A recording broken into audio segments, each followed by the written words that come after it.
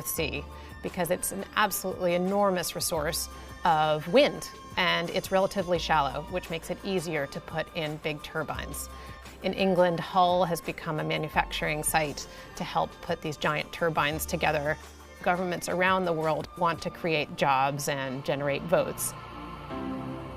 Although new green policies are accelerating big new investments, it's not clear that politicians' promises of green jobs will bear fruit at scale.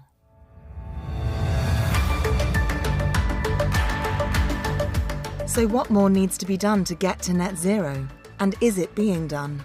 For a start, major bottlenecks in bureaucracy and infrastructure need to be eased to allow the new wave of renewables to plug in.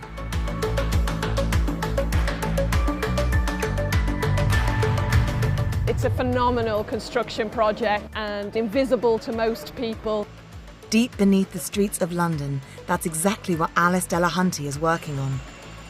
So we're about 30 metres below the surface here, and this train is transporting the spoil from what's come out of the tunnel boring machine.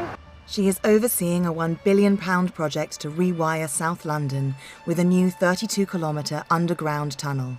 So this is the forced air circulation down in the tunnel, so we have good air to breathe. This makeover is essential if London's grid is going to cope with a surge in green energy supply.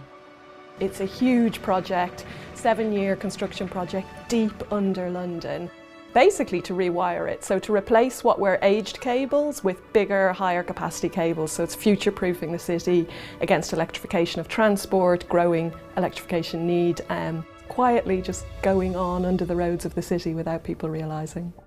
But this is just one wire on a much bigger global circuit board.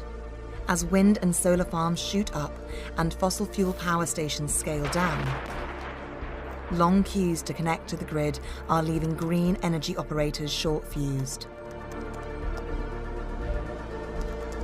To add to the challenge, by 2050, the world will need to generate much more electricity than it does today to hit climate goals, including more than double to hit net zero. Now we're at this incredible inflection point where we have to completely reconfigure the grid to accommodate renewable energy and to make the clean energy transition. More grid connections and less red tape could help speed up the global move to green energy by 25%.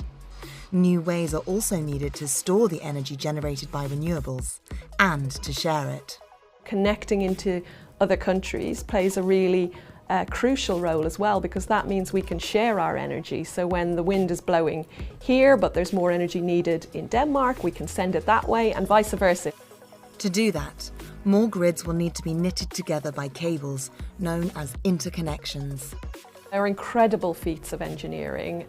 They are laying these high voltage direct current cables all the way through the sea, and they land at either end in what are called converter stations, which are almost sci-fi.